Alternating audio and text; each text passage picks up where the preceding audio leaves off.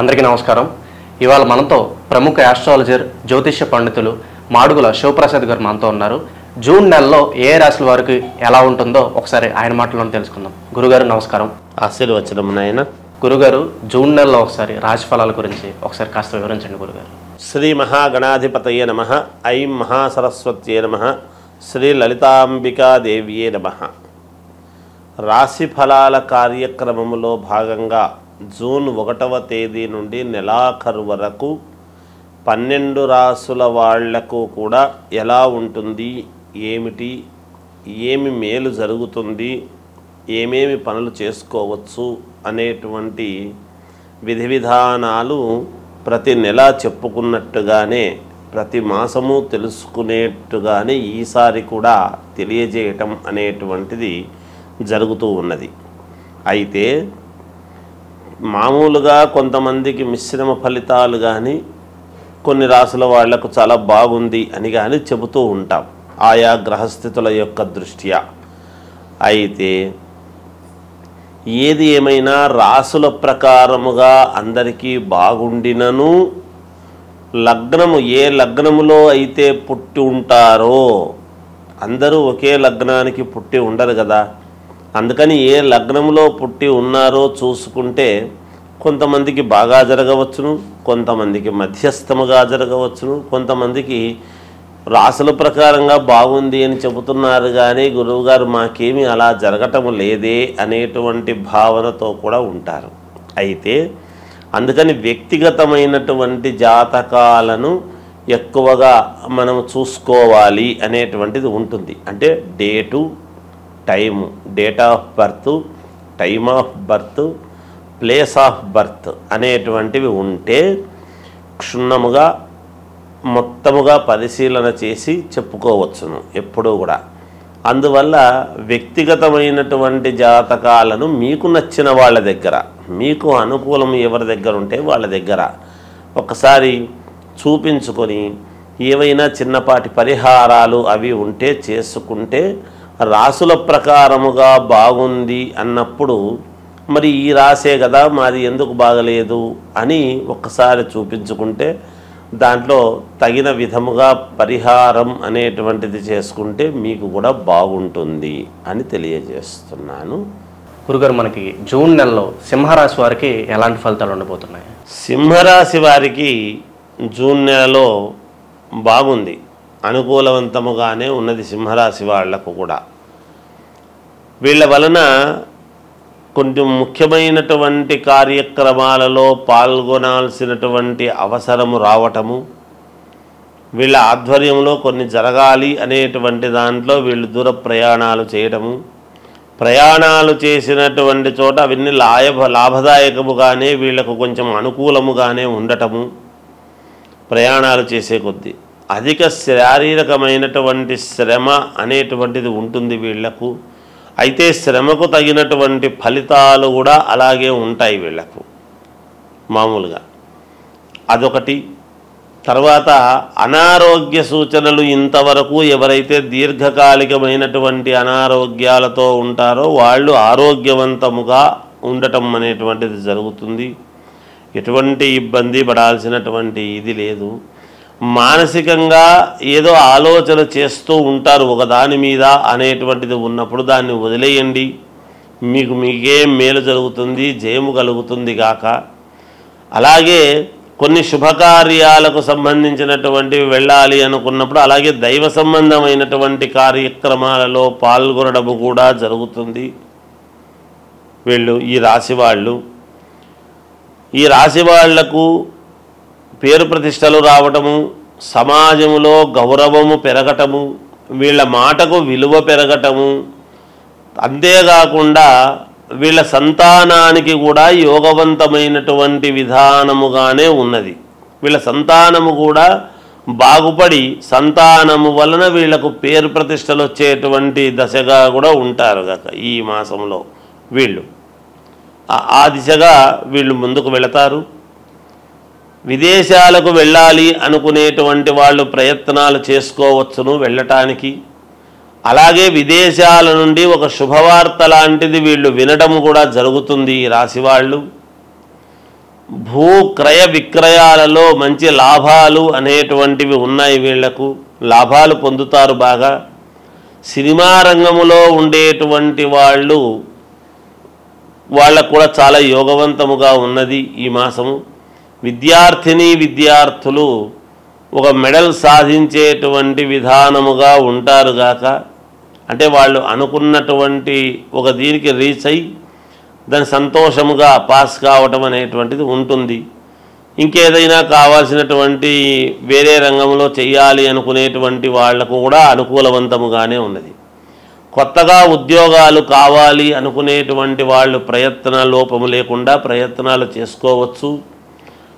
Already ఉద్యోగాలు చేస్తూ ఉండేటువంటి వాళ్ళు యథావిధిగా మామూలుగా ఉద్యోగాలు చేసుకుంటారు. సత్ఫలితాలే ఉంటాయి గాక, ఆ ఉద్యోగంలో కూడా ఎటువంటి ఇబ్బంది ఉండదు. మేలే జరుగుతుంది గాక ఈ రాశి వాళ్లకు. ఈ మామూలుగా అనుకున్నటువంటి సమయానికి అనుకున్న విధముగా పనులు చేకూర్చుకోవడానికి తగిన సమయంలో డబ్బు రావటం అనేటువంటిది కూడా ఉంటుంది. వీళ్లకు ఇబ్బంది ఏమీ ఉండదు. డబ్బు రాబడికైతే ఎలాంటి ఇబ్బంది ఉండదు. అనేక రంగాల వ్యాపారాలు చేసుకునేటువంటి వాళ్ళందరికీ కూడా యోగవంతముగానే ఉంటుంది. వ్యాపారాలను చేసుకునేటువంటి వాళ్లకు వ్యాపారంలో నష్టమేమీ రాదు, అలాగని గొప్ప లాభాలు రావు. మధ్య మార్గముగా రావటం అనేటువంటిది జరుగుతుంది. ఇక మామూలుగా రాజకీయాలలో ఉండేటువంటి వాళ్లకు మహద్భాగ్యం అనేటువంటిది అంటాడు. ఖచ్చితంగా మీకు పదవీ యోగం అనేటువంటిది ఉండి తీరుతుందిగాక అనేటువంటిది తెలియజేస్తున్నాను.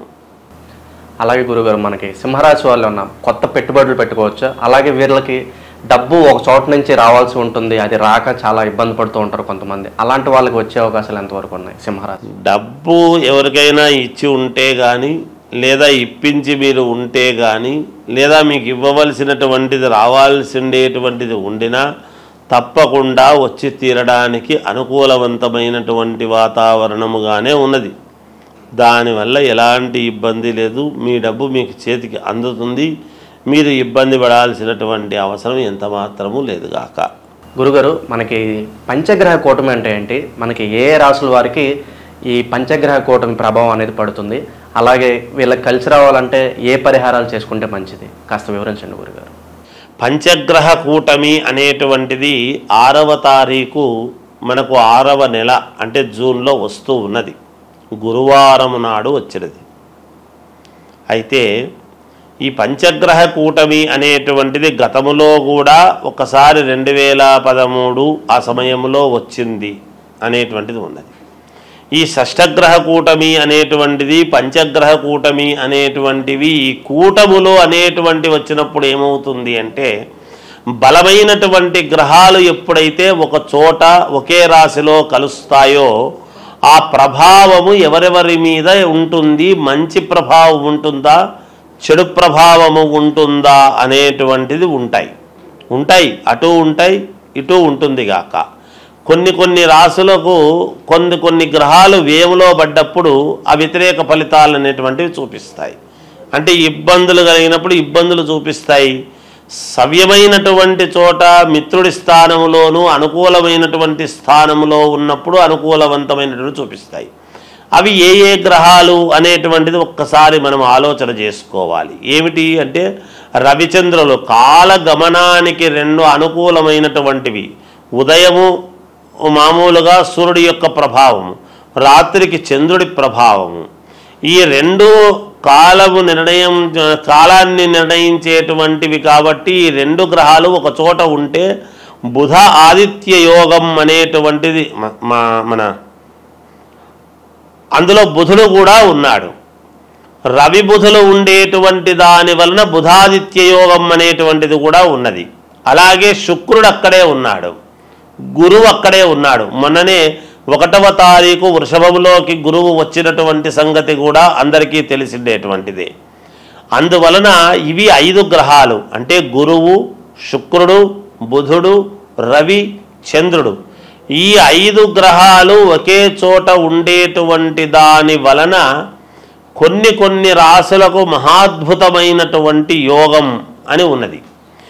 ఈ గ్రహాలు యోగాన్నిచ్చేటువంటి వాళ్ళ రాసులు ఏవేవి అని మనం ఒక్కసారి గనక చూసుకున్నట్టయితే మేషరాశి వాళ్లకు మహాద్భుతముగా ఉండబోతున్నది, కర్కాటక రాశి వాళ్లకు మహాద్భుతముగా ఉండబోతున్నది, కన్యారాశి వాళ్లకు మహాయోగవంతముగా ఉండబోతూ ఉన్నది, వృశ్చిక రాశి వాళ్లకు చాలా అంటే చాలా బాగుండబోతున్నది.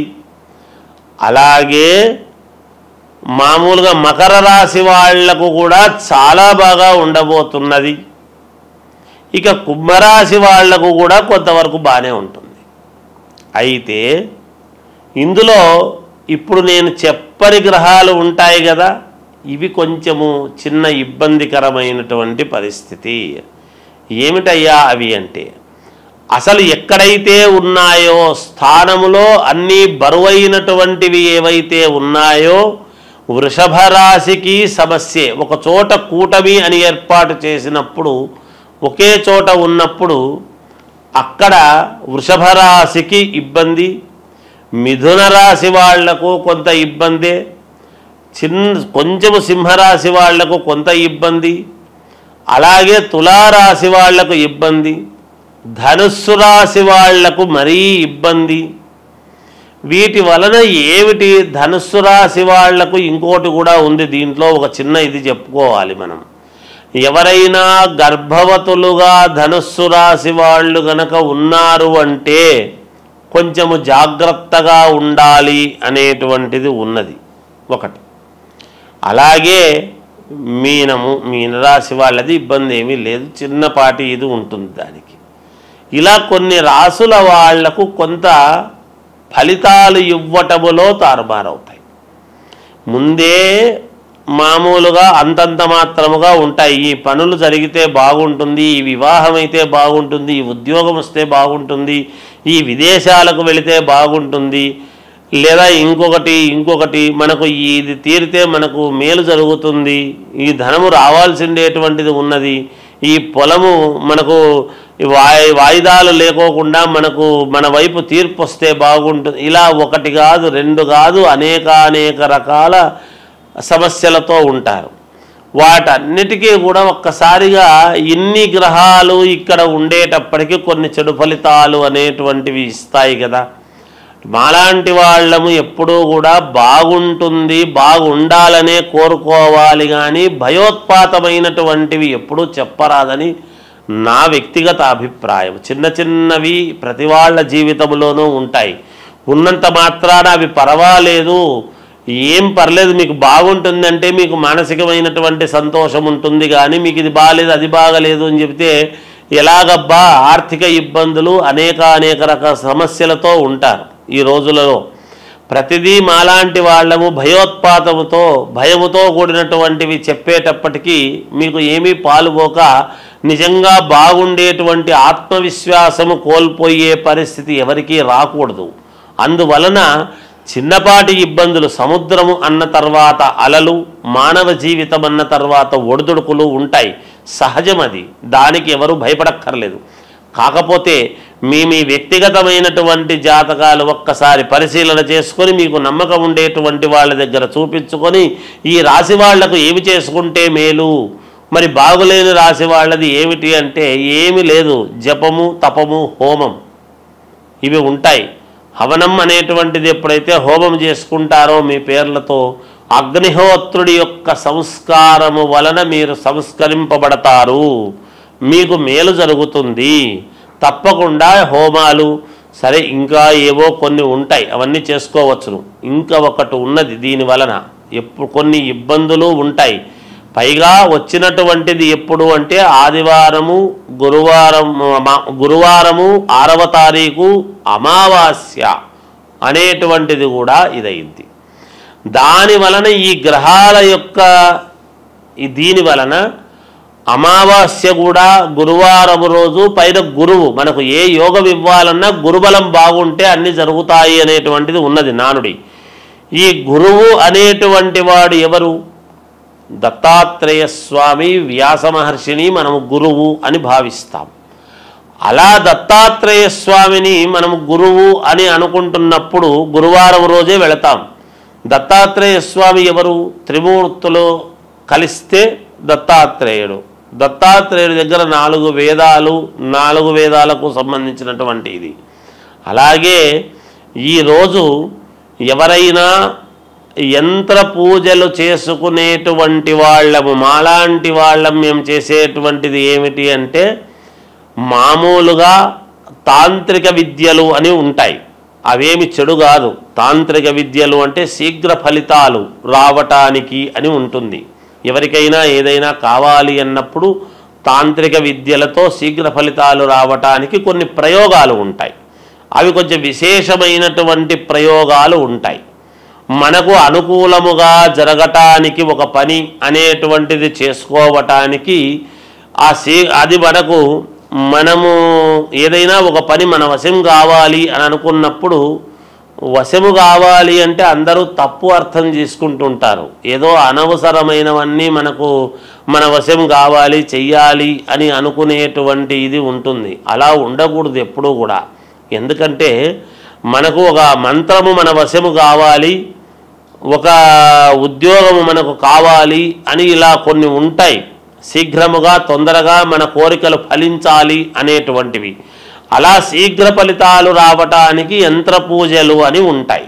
అవి మేము ఇటువంటి రోజులు మేము దాన్ని చాలా జాగ్రత్తగా వాడుకుంటాము గాక, పోగొట్టుకోకుండా. ఎందుకంటే మమ్మల్ని నమ్మి మాకు ఈ పని కావాలి అని ఎంతోమంది అడుగుతూ ఉంటారు. కాబట్టి వాళ్ళ పనులు సక్రమముగా నెరవేరాలి అన్నప్పుడు ఇలాంటి సమయాలు చాలా యోగవంతమైనటువంటి సమయం. ఈ సమయాన్ని మేము పోగొట్టుకోకుండా జాగ్రత్తగా శీఘ్ర ఫలితాలు రావటానికి కొన్ని ప్రయోగాలు చేసుకోవటానికి ఈ సమయము, ఈ పంచగ్రహ కూటమి అనేటువంటిది చాలా ముఖ్యమైనటువంటిది. మీరు కొన్ని సినిమాల్లో చూస్తూ ఉంటారు, ఫలానా రోజు ఒకే లైన్లోకి గ్రహాలన్నీ వస్తుంటాయి అంటే ఈ కొంచెము ఏవేవో కొన్ని వీటికి సంబంధించినటువంటివి అవన్నీ ఇగో ఇలా వస్తుంది, ఈ వజ్రం వస్తుంది, ఇవి దొరుకుతాయి, ఈ నిధులు ఇలా ఉంటాయి అనేటువంటివి వింటూ ఉంటాం. అవన్నీ ఊరికే కాదు, నిజంగా కూడా శాస్త్రాలలో ఉన్నటువంటివే. ఎవరు సినిమాలు కూడా తప్పుగా తీయరు. ఎంతో ప్రామాణికము ఉంటేనే చూసి తీస్తారు. ఏదో ఒకటిలే అని చెప్పి తీయరు. అందుకని ఇది ఈ పంచగ్రహ కూటమి అనేటువంటిది కొన్ని విషయాలకు చాలా యోగవంతమైనటువంటిది. మనము యోగం ఏదో అది మాట్లాడదాం. ఇబ్బందులు ఉంటే చిన్న చిన్న ఇబ్బందులు ఉండేటువంటి వాళ్ళు వాటిని సర్దిద్దుకుంటారు గాక, ఇబ్బంది ఏమీ లేదు. కనుక ఈ శీఘ్ర ఫలితాల కోసం చేసేటువంటి దానికి కూడా ఇది పనికి వస్తుంది. అనుష్ఠానం చేసుకునేటువంటి వాళ్లకు మహద్భాగ్యముగా భావించుకోవాలి. మాలాంటి వాళ్ళము మేము శీఘ్ర ఫలితాలు రావటానికి ఎన్నో ప్రయోగాలు వంటివి చేస్తూ ఉంటాము. కాబట్టి ఇది మంచి సమయముగానే భావిస్తున్నాము. వ్యక్తిగతమైనటువంటి ఈ రాసులు ఇబ్బందులు ఉండేటువంటి వాళ్ళు మీకు తగినటువంటి వాళ్ళ దగ్గర ఒక్కసారి మీ జాతకము చూపించుకొని దానికి తగ్గట్టుగా జపము, పరిహారము చేసుకొని హోమ కార్యక్రమాలు అవి చేసుకోండి.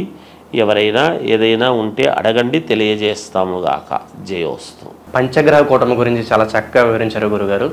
అలాగే దీని ప్రభావం ఏ రాశుల వారి మీదకి ఉంటుందో కూడా తెలియజేసినందుకు మాకు ధన్యవాదాలు. జయోస్తు.